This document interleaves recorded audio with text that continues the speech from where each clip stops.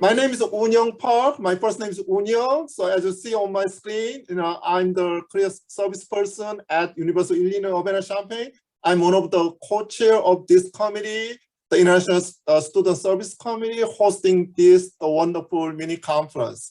So, because of time, I'd like to introduce directly our day 2 first session speakers. So, Ms. Kwan Segal, who is a CEO and founder at ICOA. She has been a long time our community member. Also, she made a lot of contribution to our community. Thank you, Kwan, leading today's session. And also, Kwan invited the Iona Harding, who is the president at Harding Resources, to discuss today's topic, perspectives from HR professionals, demystifying the process and understanding the benefit of hiring internationals. So which is very helpful as a continuing conversation that we had last week with the attorney, as well as the career service people. So let's enjoy the first session. Okay, Kwan and Iona, please take it over. Thank you so much, Unyoung. Such a pleasure to be here today. This is my year number 4 as a member of this amazing committee group, and I feel so honored to be here. And I recommend all of you to stay tuned after this session to hear about the benefits that you can get from becoming a member as well. So in this session, as Unyoung mentioned, I have already invited Iona Harding, my favorite HR leader, to talk to us, share with us the key challenges when hiring international students from HR perspective. And I will share that experience from my side as well as a career coach, and also someone that have worked with the organizations developing their organization strategy to attract talents. So we're gonna kickstart with the introduction here. So first of all, again, my name is Kwan Segal. I am a certified senior professional HR. And before becoming a career coach, I have helped organizations like BMW, Accenture, and Deloitte with their talent strategy for the past 15 years. And when I moved to the US in 2014, I overcame all the job search challenges that a non-American born candidate usually experiences. And it wasn't easy. So after I landed a job at Deloitte, lots of international student friends reached out to me and asked for my help. So I started by volunteering, helping them, and found that very rewarding because I get to help someone that I used to be in their shoes before. So I started ICOA as a community for empowering international students. And right now I have this career coaching practice, ICOA, that is customized to support international students and also immigrants in the US. And as you mentioned today, next to me is Iona Harding. She was my HR professor back in Thailand when I pursued my executive MBA back in Bangkok. And she has inspired me so much and have supported me throughout my journey in the US as well. So Iona, such a pleasure to have you with me today. Could you please introduce yourself a little bit about what you have done in the past years as an HR leader? Sure. Yeah. So Kwan, thank you for inviting me. And this is a new audience for me to be working with career services, because I've always been on the other side, the employer side. So it's very interesting for me to think about this work from your perspective. So I have been working in the human resources field since before all of you were born. And I've seen like a huge transformation, not only in our field, but in the workplace, to one that is incredibly diverse and globally diverse, internationally diverse, and the richness that brings to organizations. So for many years, for over 20 years, I worked in-house as a finance and then an HR executive in the telecommunications industry, and then started my own consulting practice 15 years ago, and where I really focus on mainly working with organizations on organization development and leadership development, and human resource strategy. And during that same time, I also began doing adjunct teaching in the United States and Asia. And so I think this is just our partnership, Kwan and I, is a great example of one of the benefits of this international world in which we live, that we could meet thousands of miles away in Thailand and now be working together as colleagues here in the United States, which is just fantastic. Thank you, Iona. Yeah, I really miss the old days. Yes. Yeah, 15 years ago when we met. So let us first talk about the concept of our presentation today. It's going to be a fireside chat between me and Iona. I'm going to have 4 main questions that is frequently asked by career services and also international students. We're going to answer those questions using our personal experience and also the research that we have found very useful for you. And then we want to open the stage for you to join us having this discussion, asking you about the employer relations programming that you deliver for your international students. We want to hear that experience and your feedback from that program that you have for your school. So, and at the end, we're going to have the Q&As for you. So let us kickstart with the first question here. So the first question, Iona, I would love to talk about our thoughts, your thought first, on the value that international and diverse employees can bring to American employers. Such a good topic. Yeah, thank you. And it's something I'm just so passionate about and deeply committed to. And I'm going to first run through sort of a quick list. There may be nothing new to you, but perhaps just by hearing it organized is a way, as you think about your strategy as you're dealing with employers and employees and helping students to be prepared to sell themselves, that you might, just think about. And then in preparing for today, I actually talked with 2 senior executives in American-based, headquartered global companies. And I'm also going to share some things I learned that was interesting to me and surprising in talking to them. So first of all, kind of my list of the value. So first of all, and one of your speakers last week really hit this one out, just hit this so hard and so well, is that most international students don't need visa sponsorship. So one of those things that gets in the way is employers don't want to deal with that. But as you all know, I'm not going to talk about this in any detail because you know this. So first of all, most international students don't need visa sponsorship. So that is an obstacle that unnecessarily gets in the way. So that's one thing. International graduates bring diversity.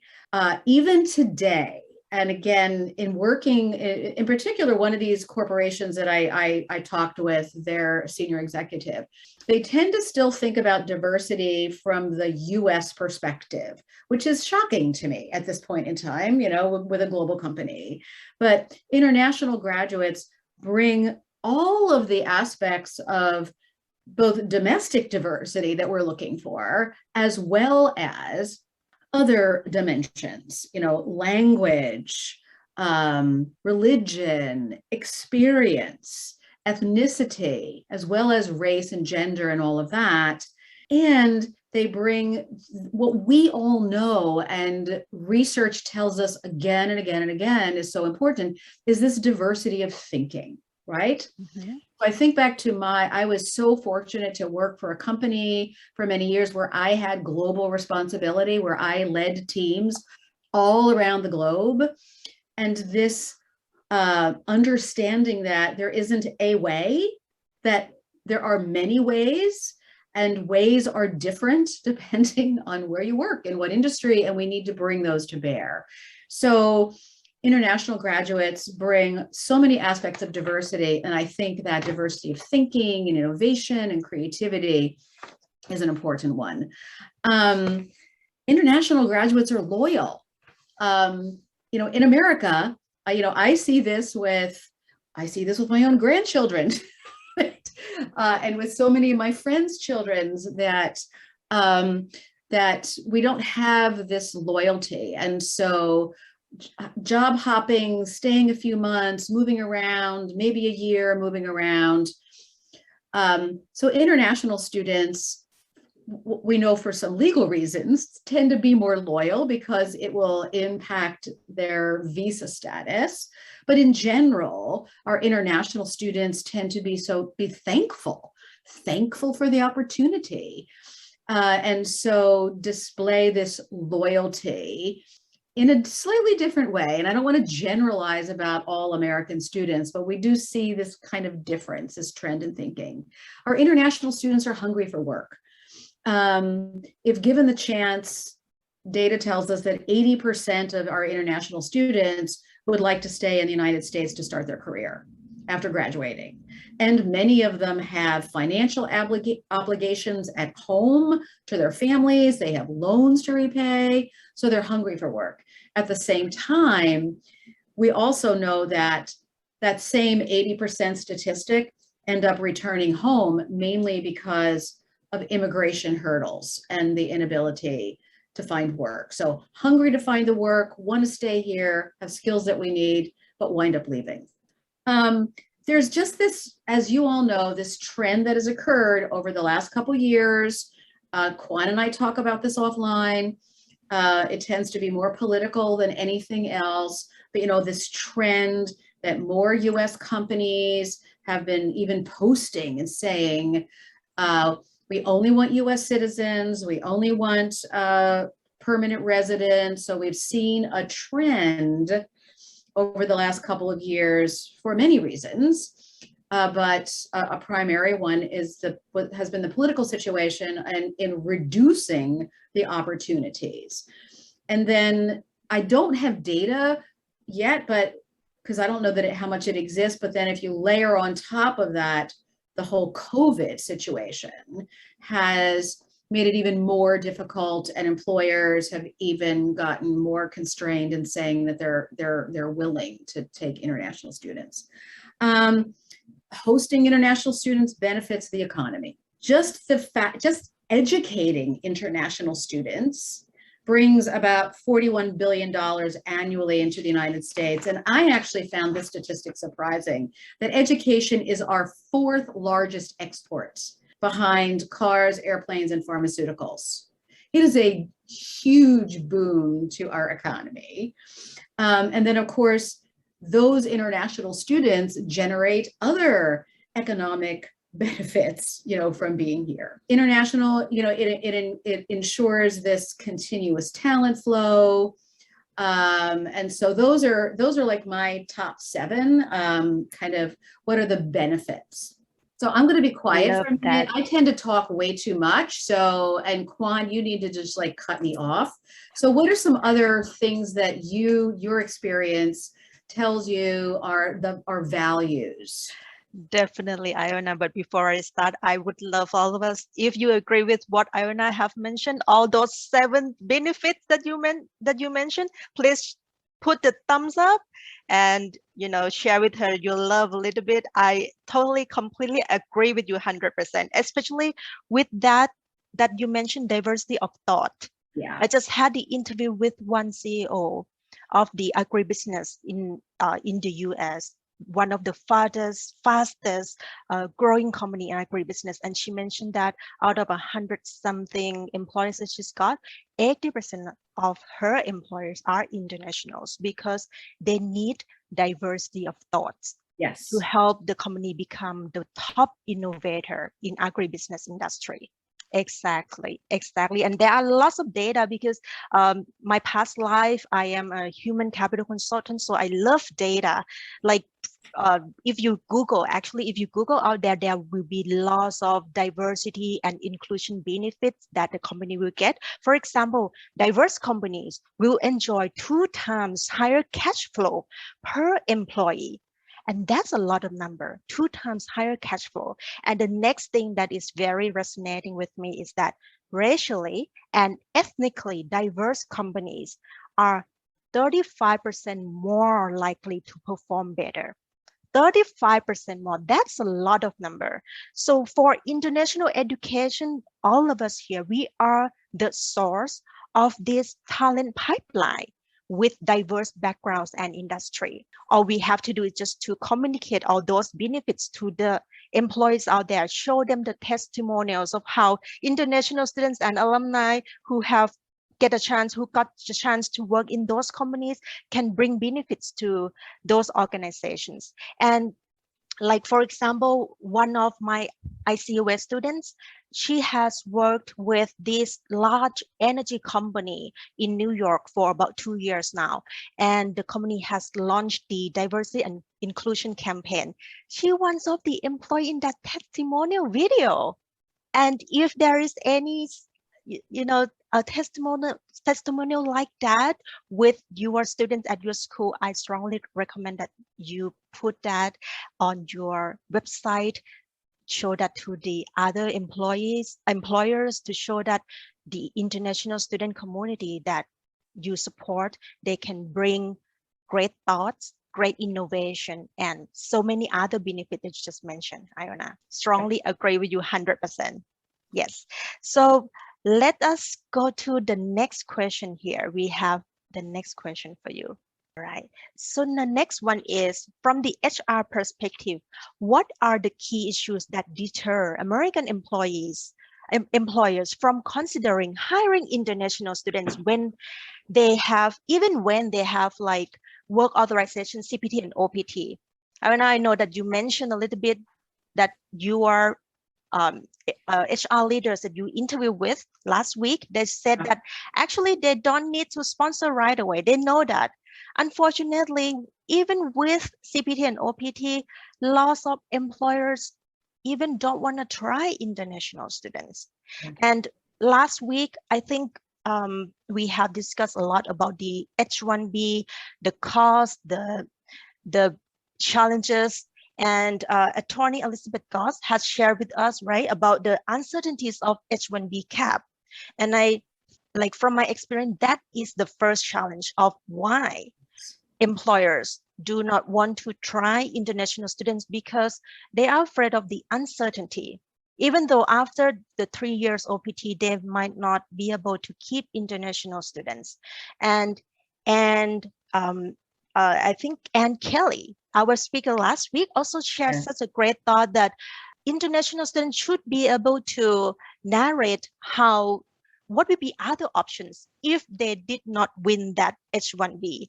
And other options could be, like from my experience, one of my MBA students did not win the lottery last year. So the employer sent her back to school. That is called, that provides CPT Day 1.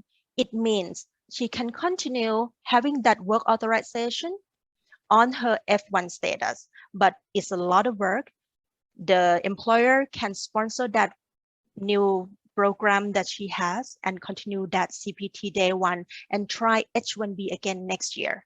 Another option could be the employer can, if they have offices outside the US, let's say in the student's home country, they can also transfer the student back home to work in their location back home and come back on L1 visa. And that could be the option, and try H-1B and green card again, depending on their nationalities. So those are the options that students can share with their employers as an option if it happened that luck-based system that unfortunately our government did not make it easy. It turns out that they fall into that bad luck. Then there are other options that employers can help them maintain the status of working within the company. However, there are also the second challenge. The second challenge that I have heard from many companies as well, especially small size company, is the cost, right? And I love it, Iona, when you mentioned they are hardworking. International students are hardworking, loyalty. They have high loyalty. So if we talk about the percentage that international students will turn into a bad hire, I think that is pretty low. Like from my 4 years of coaching experience, international students, none of them have turned to be a bad hire. I haven't heard that a bit. So if we can show the statistic that to the employer that even though there is a cost of sponsoring international student, bid could be ranging from 1,000 something to top could be at 9,000 maximum, right? Comparing to the cost of the bad hire, which could be 30% of the annual salary, is so worth it. Yes. So what's your thought on that, Iona? Yeah. So I think, as Kwan has mentioned, I think you also all know, Anne-Marie and Margaret Kelly did such a great job of covering this last week, is that, there's fear, they don't understand it, there's a lot of paperwork, there's the cost. Large global companies will tend to have at least a person on staff that is focused on this area and knows the laws and the changes, but smaller mid-sized organizations don't have that. So it is, so it is frightening, that things that deter American companies. So I just want to share a little bit. As I said, I'm not going to share the name of the two companies, but I spoke to a senior executive at a large global consumer products company. This is a company that has 140 brands that are all over the world. They're all over the world, and I've done some consulting work for this company over the years in their global marketing area, no less. But I was shocked when I asked about their recruiting international students, and I was shocked this was the response I got: we don't do it. We have a policy against it. We have a policy that is, we only take students, fresh graduates, mid-career who already have a green card. End of story, boom. I was really shocked because this is such a global company. And so you may ask why. So even that company doesn't want the distraction of the extra effort and time and expense, I think now to their detriment.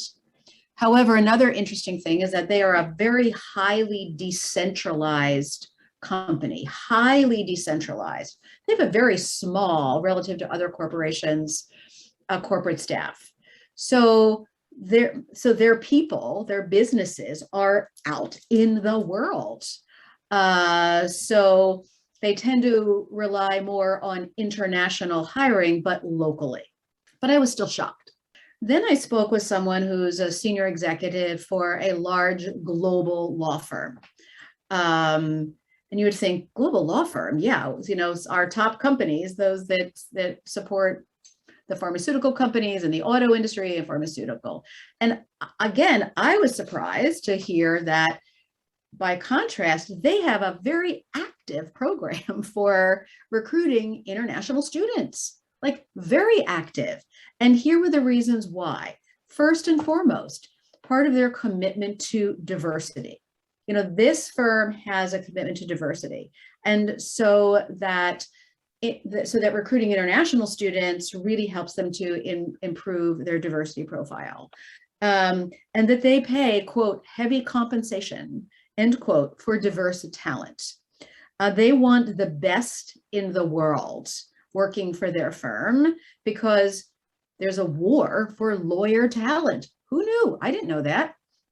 And so, but they also mentioned, this executive also mentioned to me that it's harder and harder over the last couple of years to get this international talent hired, and that it hasn't deterred them yet, but the lottery system is sort of a deterrent.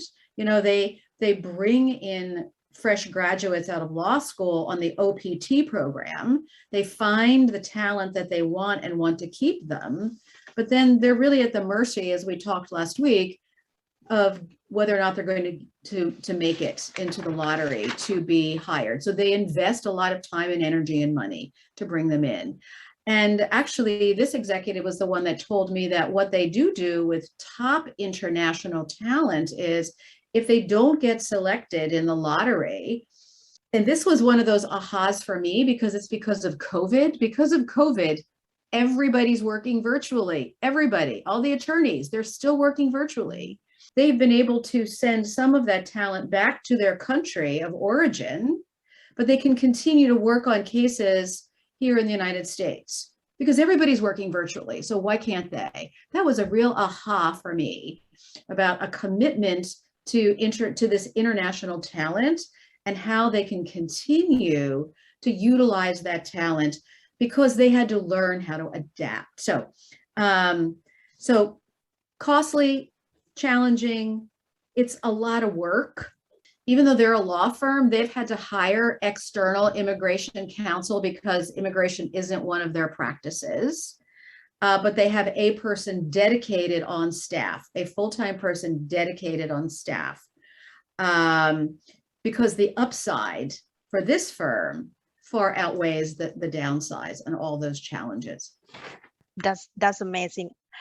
I really think like majority of the companies here that want to grow globally, they are committed to diversity for sure, but because of those barriers and challenges, right? And hopefully with this administration, I hope that we will see some immigration reform that bring easier pathway for F1 students.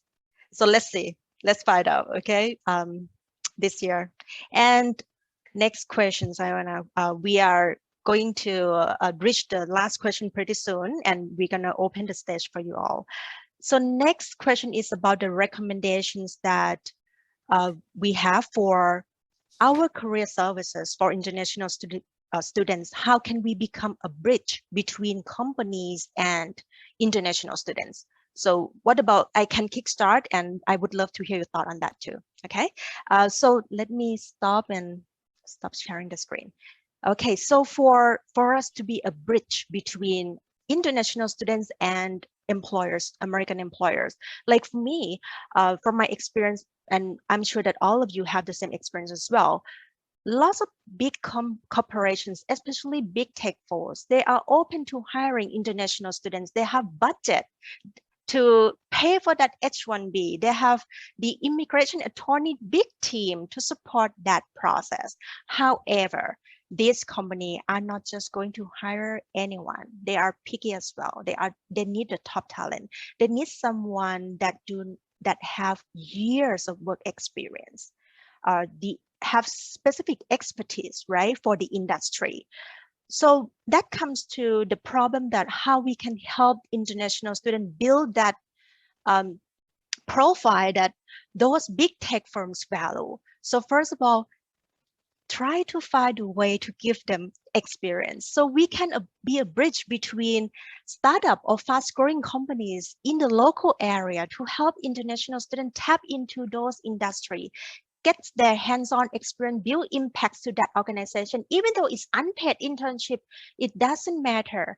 I know that we have the problem about, labor law and everything as well. So have to be concerned about unpaid internship. However, it's like part of the experiential learning. I strongly encourage that we become a bridge between those companies that need talents to help them solve the business problems, and they might not have like strong marketing positioning in the job market. That's why they need career services and universities and colleges to help bring talents to them. So that's my thought process. What about you, Iona?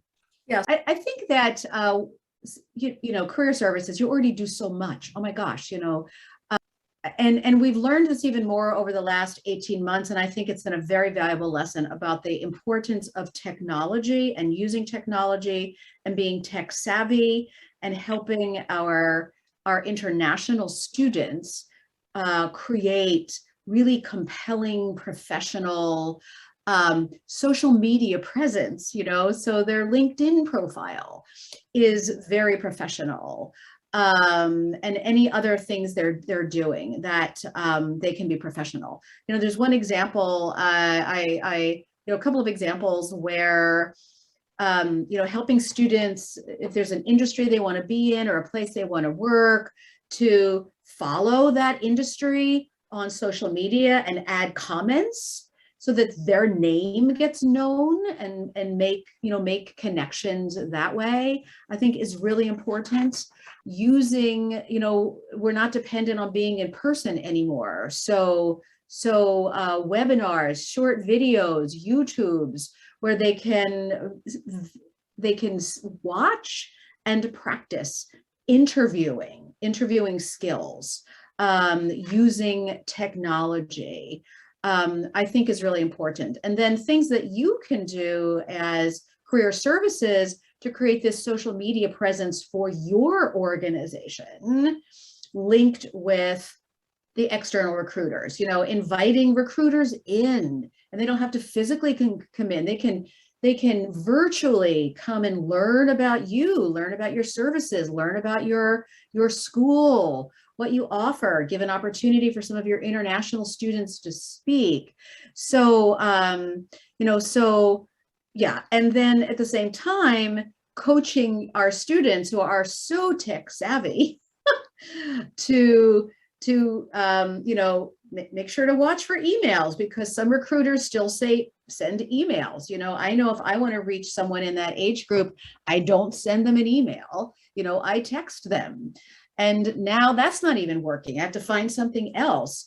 But our international students need to understand, just like our American students, that they have to be savvy in all these ways. So I think there's more career services can do with our students using technology. How do our students do job searches for companies that they want to work in, learn keywords and phrases, and not be dishonest, but to utilize those in their profiles, on their online resumes, so that they're learning the language of that company, and getting recruiters to know you exist and to meet you in a virtual way as well as in person. Or just some other thoughts that I had. That's great. That's great. Since we are running out of time, I would like to share those top 10 resources that me and Iona had found through lots of research, and also the NCDA one-page resource as well with you all. This is going to be a great resource to help you talk to those employers. Let me share the link, all of this link in our chat box, and I believe that we can share these links. Let me see if I can do this here. Okay. Let me see if I can share. All right, that works. So these are the top resources that we really love, and I hope that you love that too. So hopefully we can share that in the YouTube channel as well if we're going to publish this video on YouTube.